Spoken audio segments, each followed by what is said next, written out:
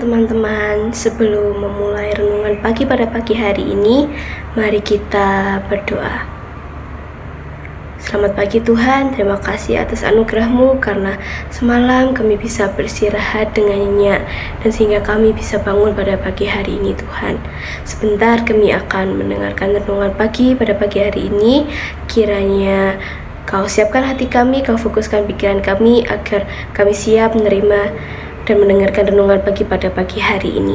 Terima kasih Tuhan, hanya di dalam nama Tuhan Yesus kami berdoa dan mengucap syukur. Amin.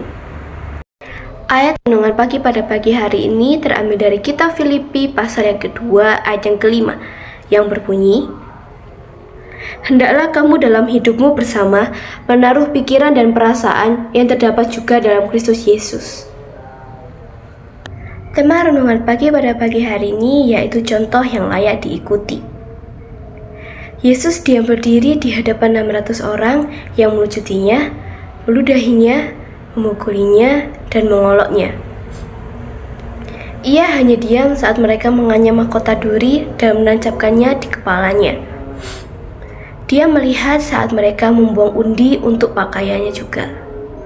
Dia ditolak, dituduh, dipukul, ditelanjangi, dan disalib. Dan dia rela menanggung semuanya karena kasih.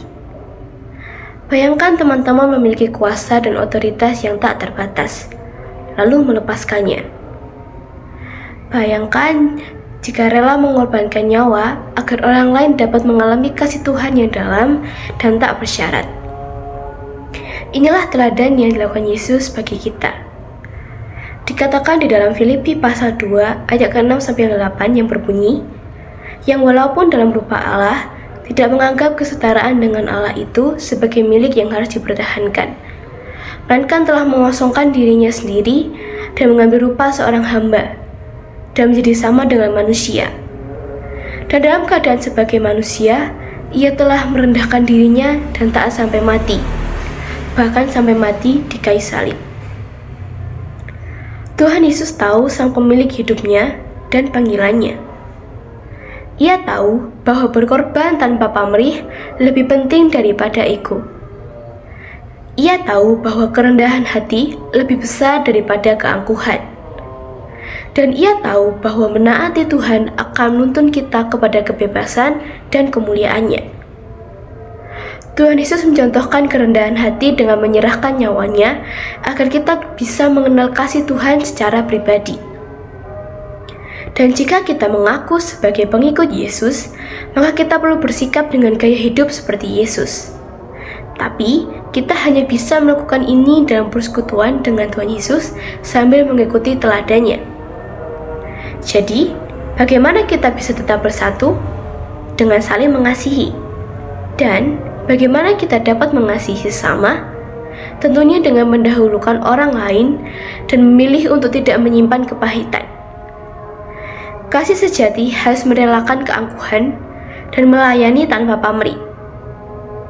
Sebagai penutup renungan pagi pada pagi hari ini, ada perkataan yang dikatakan oleh Tuhan Yesus di dalam kitab Yohanes pasal 15 ayat ke-12 sampai ke-13 yang berbunyi, inilah perintahku, yaitu supaya kamu saling mengasihi seperti aku telah mengasihi kamu. Tidak ada kasih yang lebih besar daripada ini, yakni seseorang memberikan nyawanya demi sahabat-sahabatnya. Sebelum mengakhiri renungan pagi pada pagi hari ini, mari kita berdoa. Terima kasih Tuhan atas anugerah-Mu karena kami telah mendengarkan sebagian dari firman-Mu melalui renungan pagi pada pagi hari ini. Kami telah belajar bahwa Engkau telah menjadi teladan bagi kami, menjadi teladan untuk saling mengasihi, rela berkorban, dan mengasihi tanpa pamrih Tuhan. Kiranya firman yang telah kami dengar dan kami baca pada renungan pagi pada pagi hari ini dapat kami simpan dalam hati kami dan dapat kami terapkan dalam kehidupan sehari-hari kami Tuhan. Sebentar kami akan melanjutkan aktivitas kami masing-masing. Kiranya Kau sertai dan Kau lindungi kami dalam setiap kegiatan yang kami lakukan, hingga nanti malam kami kembali tidur ya Tuhan. Terima kasih Tuhan, hanya di dalam nama Tuhan Yesus kami berdoa dan mengucap syukur. Amin. God bless and happy Sunday teman-teman.